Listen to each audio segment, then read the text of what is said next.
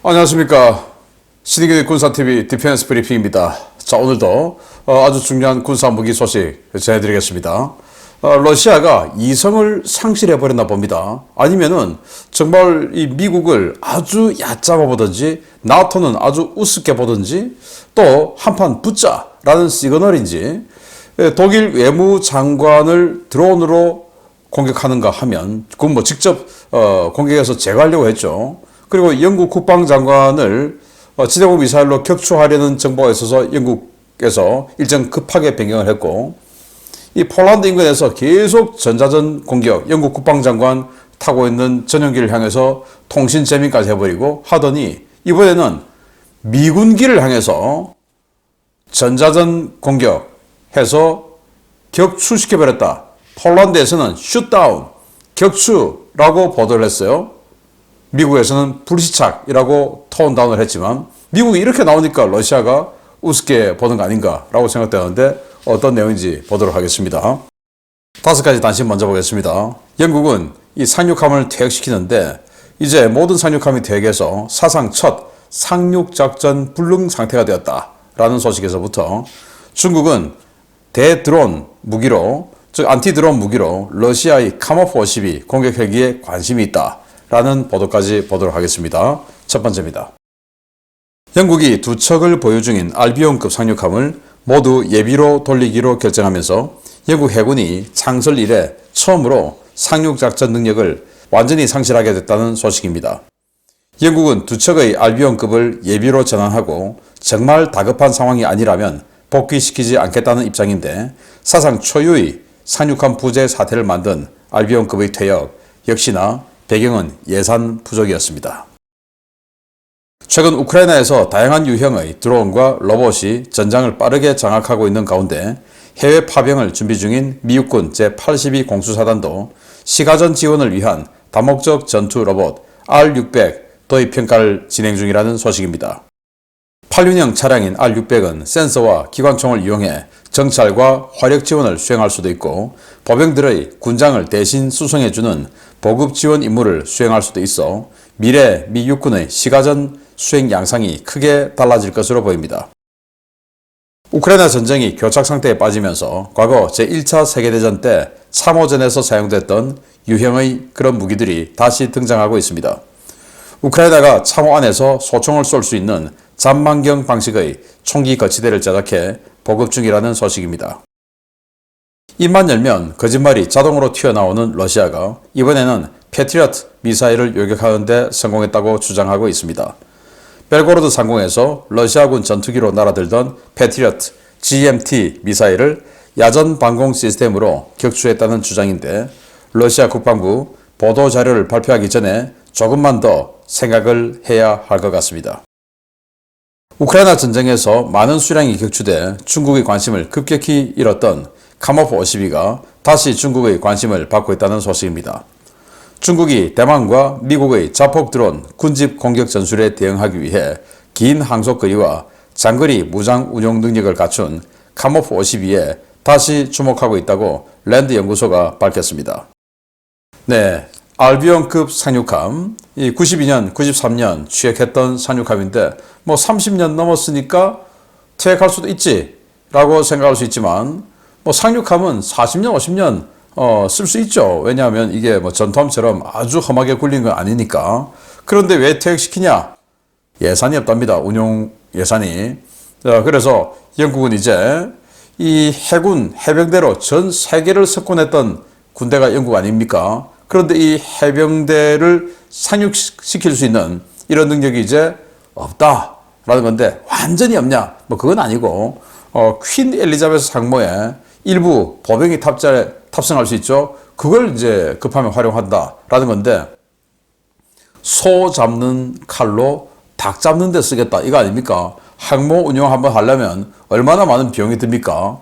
그런데 뭐 보병 수송해서 뭐 상륙하는 용도로 퀸 엘리자베스 항모를 쓴다? 이건 뭐 제정신이 아닌 것이죠. 아무튼 영국이 이렇게 돈이 부족한 상태가 되어버렸다. 뭐 하기야 뭐 수백 년을 남의 나라 수탈해서 거기서 그냥 뭐 긁어서 살다 보니 지금 자생하려고 하니 상당히 힘들겠죠.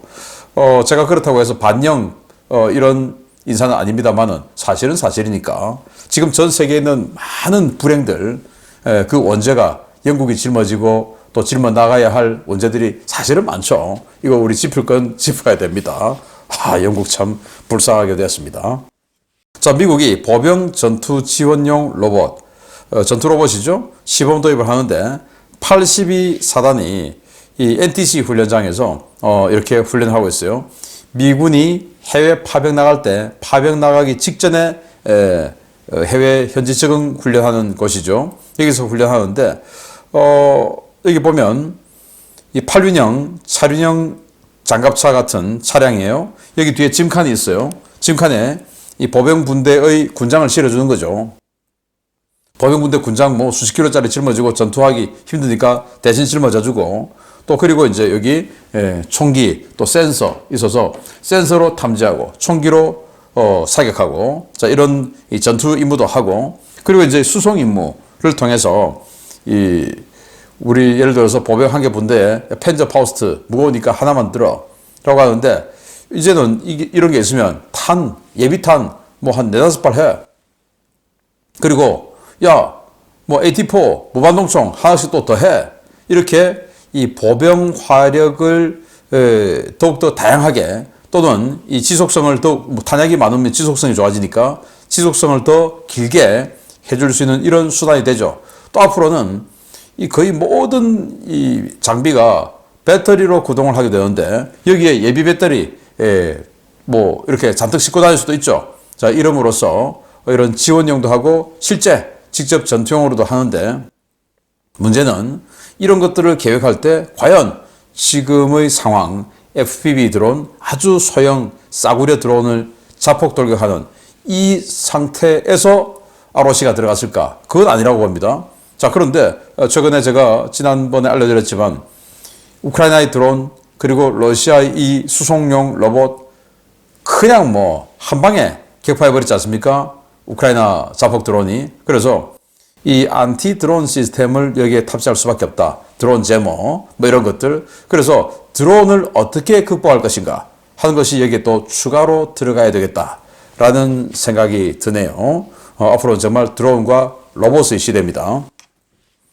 자, 우크라이나가 참호전용 잠만경 거치대 제작 보급했는데 동영상 보셨겠지만 한 번 더 보시겠습니다. 자, 여기 위에 총이 있고 그리고 그 밑에 그 옆에 잠만경이 붙어 있어요. 그리고는 그 아래 개머리판 비슷하게 생긴 게 있고 또 권총 손잡이 있고 방아쇠가 있죠. 그래서 여기서 방아쇠 당기면 위에 있는 총이 발사가 돼요. 그리고 이제 이걸 조금 움직여서 조정을 쭉 할 수 있는 겁니다. 그런데 뭐 보여야 되죠. 잠만경이 옆에 붙어 있죠. 잠만경을 통해서 이렇게 보고 이렇게 움직여서 사격한다라는 건데 이게 이제 1차 대전 때 1차 대전은 뭐 참호전의 전쟁 아니겠습니까? 그 1차 대전 때 등장했던 장비인데 돌고 돌아서 지금 다시 이 시기가 되었다. 제가 어제 국방TV에서도 알려드렸던 것처럼 이 발트 삼국이 마지노선 같은 걸 구축한다라는 거 아니겠습니까? 그래서 이 1차 대전 때 등장했던 이런 참호용 장비 또 2차 대전 때 등장했던 마지노선 이게 지금 돌고 돌아서 다시 현대전에 나온다. 지금 뭐 신구 조화의 시대인가? 참 희한합니다.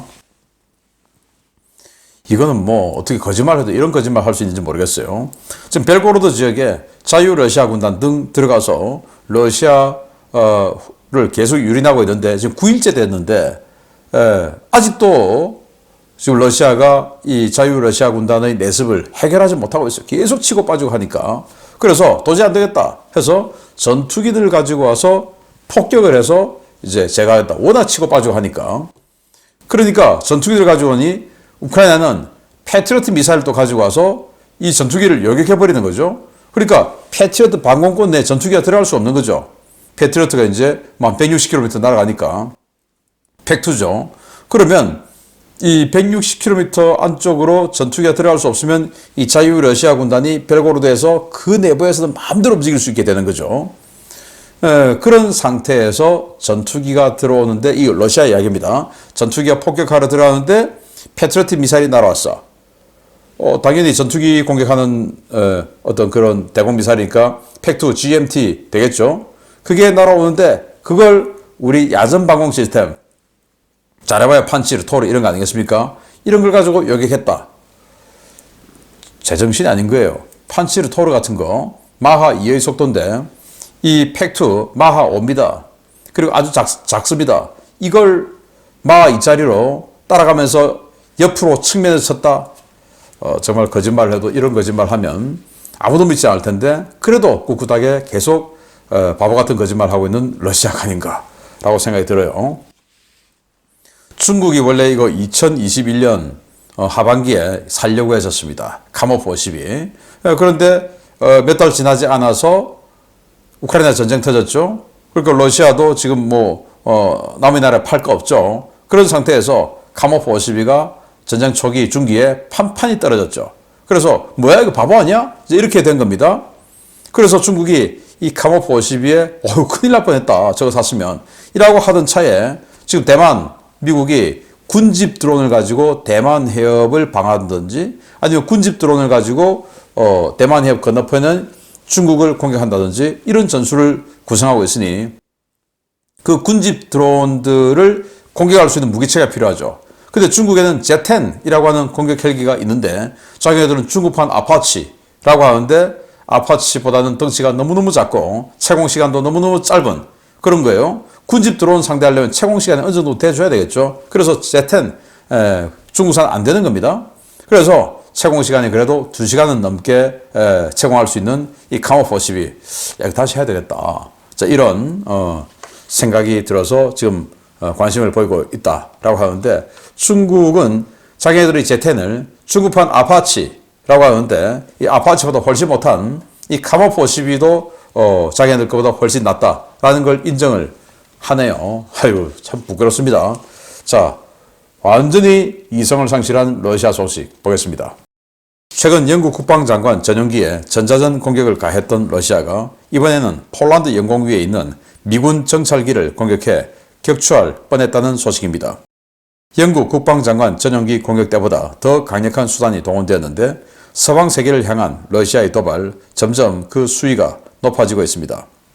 폴란드 영공에서 정찰 비행 임무를 수행하던 미 공군 MQ-9 무인 정찰기가 현지 시각 3월 18일 폴란드 서부 지역에 불시착했으며 기체가 대파되었지만 민간 피해는 없었다고 미 공군이 3월 20일 밝혔습니다. 미 공군은 해당 항공기는 비무장 상태로 통상작전을 수행 중이었다라며 표준 운영 절차를 준수해 수행된 작전 중 예기치 않은 변수로 기체가 폴란드 서부 미로슬라비에즈 인근 공터에 불시착했다라고 밝혔습니다. 미 유럽 아프리카 공군 사령부는 해당 기체가 전자전 공격을 받았으며 이로 인해 기체의 통제권을 상실했다라고 밝혔는데요. 기체는 제어 신호 상실 후 정해진 프로토콜에 따라 민간인 거주 구역을 피해 지상에 불시착했지만 착지 당시의 충격으로 대파된 것으로 전해졌습니다. 리퍼가 불시착한 공역은 최근 러시아가 광역 전자전을 감행하고 있는 곳으로 GPS 제밍이 극심하게 보고되고 있는데요. 이 때문에 이 일대에서는 항공기들의 운항 안전이 심각하게 위협받고 있는 상황입니다. 미군과 폴란드 측은 이번 공격이 기존의 GPS 제밍 공격에 더해 리퍼의 제어 신호를 직접적으로 제밍한 전자 공격이라고 보고 있습니다. 폴란드 국방부는 최근 점점 극심해지고 있는 러시아의 GPS 제밍과 전자전 공격은 영내 불안을 초래하는 행위라고 비난했습니다. 미국은 불시착한 리퍼의 잔해를 긴급 회수하는 한편으로 리퍼 제밍 과정에서 어떤 상황들이 있었는지에 대한 조사에 착수했는데요. 점점 도발 강도를 높여가는 러시아, 다음에는 무슨 짓을 저지를지 우려됩니다. 네, MQ-9 리퍼, 미국의 중고도 무인기죠. 공격을 할 수도 있고 정찰 임무를 수행할 수도 있고 유럽에는 이탈리아 그리고 독일에 이 리퍼 운용 기지가 있어요. 독일은 주로 북유럽 쪽, 이 발트해 쪽을 정찰하는 임무를 가지고 있고 이탈리아에 있는 이 리퍼들은 이 흑해, 에게해 이쪽을 정찰하는 임무를 가지고 있죠. 그래서 이제 이번 이 리퍼는 독일에서 출격한 리퍼인 것으로 보입니다. 자, 어디냐? 폴란드입니다. 그리고 독일이죠. 독일에 출격해서 폴란드 서부 지역이에요. 여기 서부 지역. 뭐 여기 러시아 칼리닝그라드가 있는데 이 근처까지도 안 갔어요. 서부 지역 여기에 떠 있는 리퍼를 전자전 공격을 해서 뭐 GPS 제밍은 조종을 제대로 할 수 없게끔 만드는 뭐 이런 거죠. 그런데 이번 공격은 뭐냐? 이 기지에서 독일에 있는 기지에서 리퍼를 계속 통신을 유지하면서 조종 제어하지 않겠습니까? 그 통신 주파수를 그대로 끊어버린 거예요. 그래서 통제소와 리퍼 간의 이 연결고리를 끊어버리니까 이 리퍼는 어떻게 됩니까? 큰일 나게 되겠죠? 그러면 정해진 프로토콜은 뭐냐?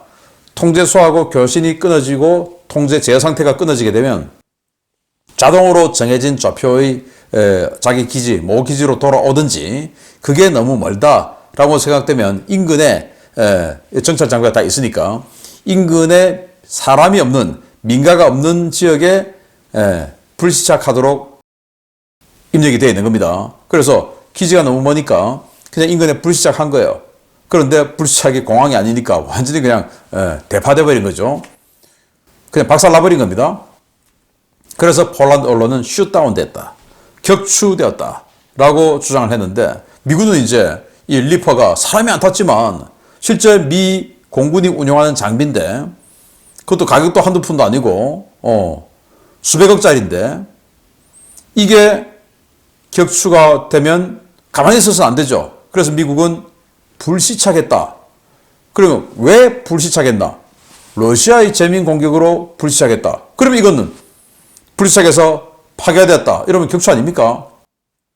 그런데 미국이 쫄보가 그냥 불시착했다라고만 계속 지금 이야기하고 있는 거예요. 그런데 지금 이 러시아가 어떻게 이렇게 과감하게 미군 정찰기를 격추할 이거 뭐 격추하려고 마음먹은 거죠. 제어를 끊어버렸으니까. 이런 생각까지 하게 됐을까? 지금 미국이 보여주고 있는 행태가 너무 수세적이니까 이 정도면 이 정도 한 번 더 이거 찔러도 들어가네 또 이 정도 한 번 더 지금 이러고 있는 상태라고 봅니다. 그래서 여기 이 지역이 칼리닝그라드입니다. 이게 빨간 부분, 노란 부분이 있는데 노란 부분은 좀 약하게, 빨간 부분은 아주 강하게 지금 전자전이 들어가고 있는 모습들인데 여기 이 칼리닝그라드를 중심으로 폴란드 이 중북부 거의 전부와 이 발트해 여기 전부 그리고 이 스웨덴 남부 그리고 에스토니아 등 해서 전자전이 아주 강력하게 이만큼 지금 광범위하게 들어가고 있는 거예요. 그런데 여기에 비행기들이 얼마나 많이 다니겠습니까? 이 발트해 다 선진국들인데 이런 위험한 짓거리를 하면서 미군 정찰기를 슛다운 시켜버리는 이런 러시아. 정말 미국이 가만히 있어도 될까요? 가만히 있어서는 미국이 아닌데 지켜보겠습니다. 마치겠습니다. 감사합니다.